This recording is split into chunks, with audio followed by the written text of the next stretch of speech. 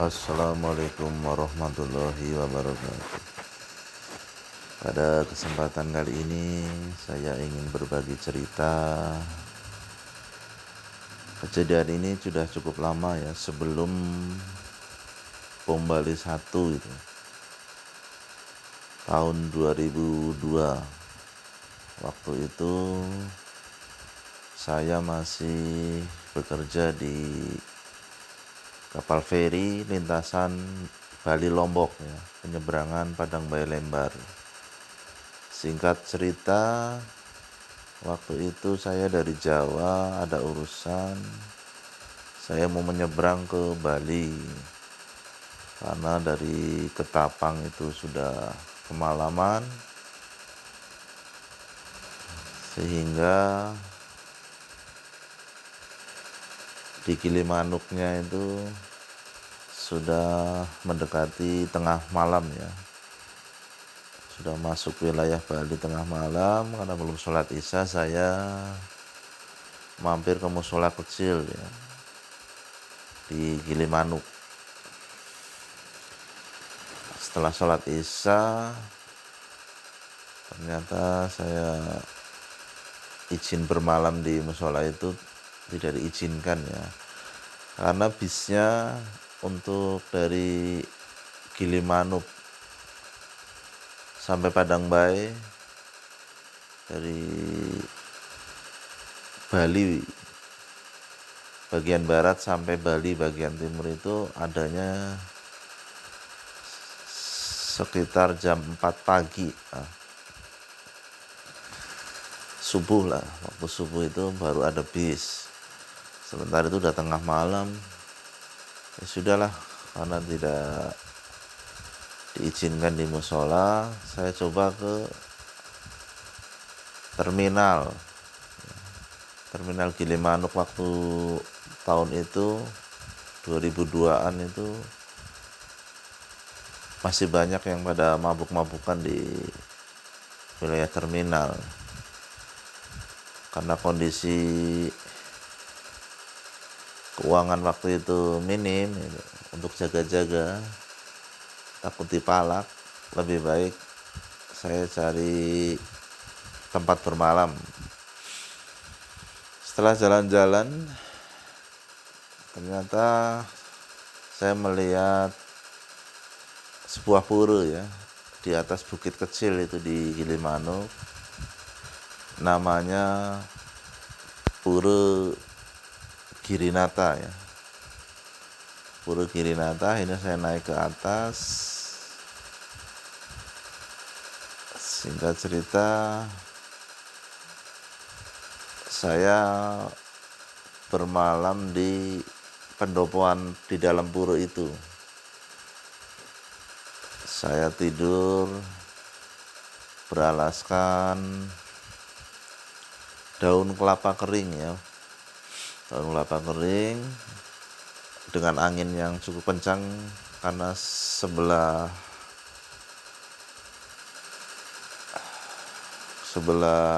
itu laut ya, laut selatan, anginnya cukup kencang. Tidur antara nyenyak dan nggak nyenyak itu ya, tapi coba saya pejamkan mata. Nggak begitu lama saya tidur itu dibangunkan itu, antara sadar dan nggak sadar itu. Karena posisi masih tetap di pendopoan itu tidur, dan saya tahu itu ada putri ya, wujudnya seperti putri itu melayang dari arah selatan, memakai mahkota emas ya.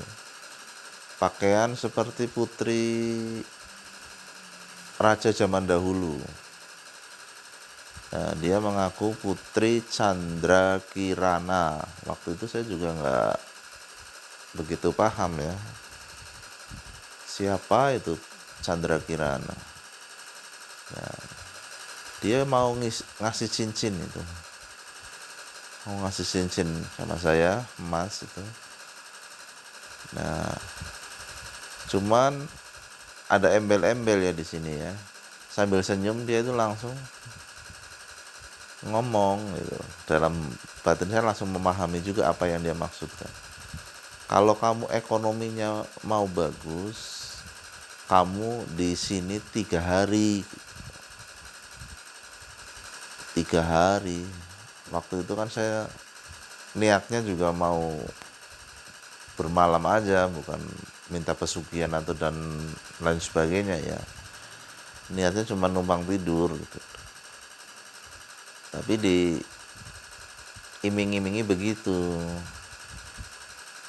Dan saya yakin itu penjelmaan jin supaya membelokkan akidah keislaman saya, supaya bersekutu dengan dia, dengan embel-embel nanti dikasih kekayaan dan lain sebagainya lah. Tapi saya nggak mau, saya niatnya juga tidur. Dan dia ngomong, udah kamu bangun dulu.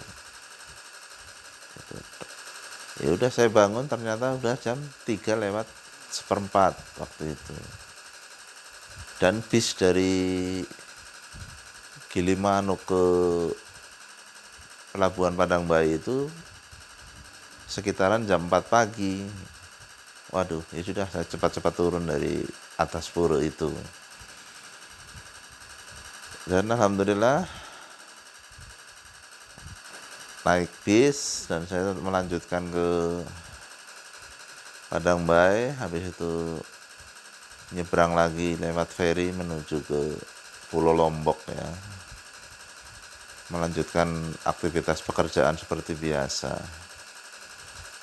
Dan waktu tahun 2002 itu masih belum menikah.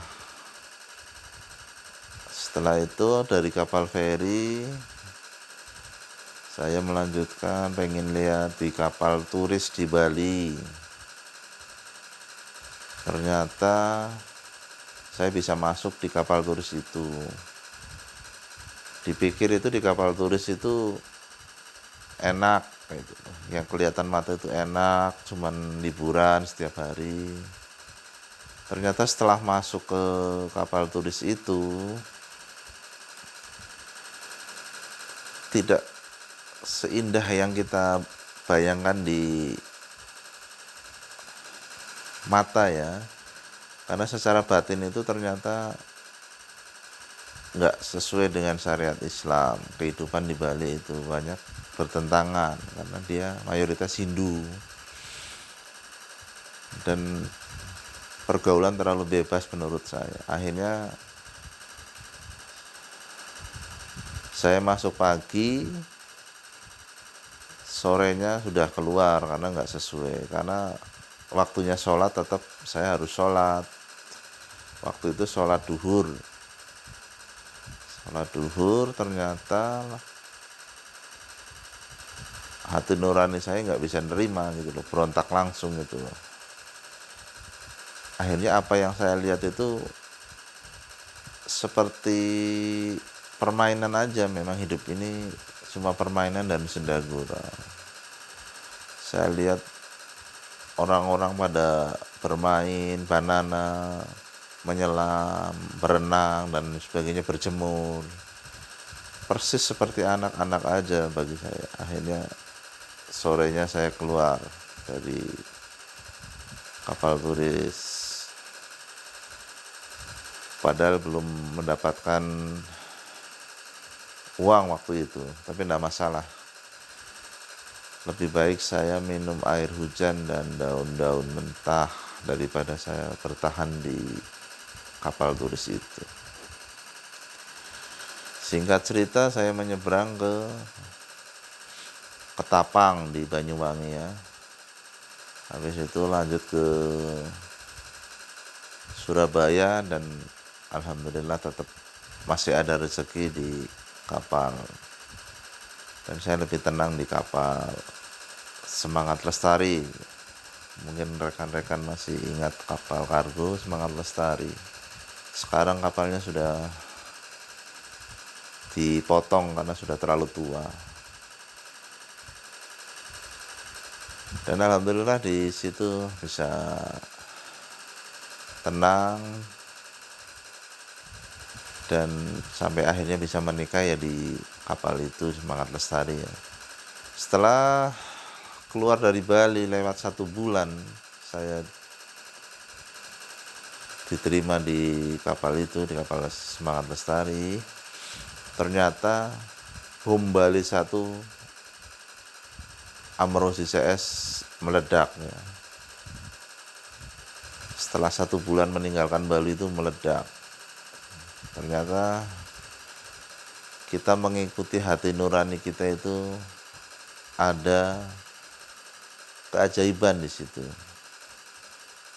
Kalau kita ngikuti logika saja seringnya dikecewakan ya.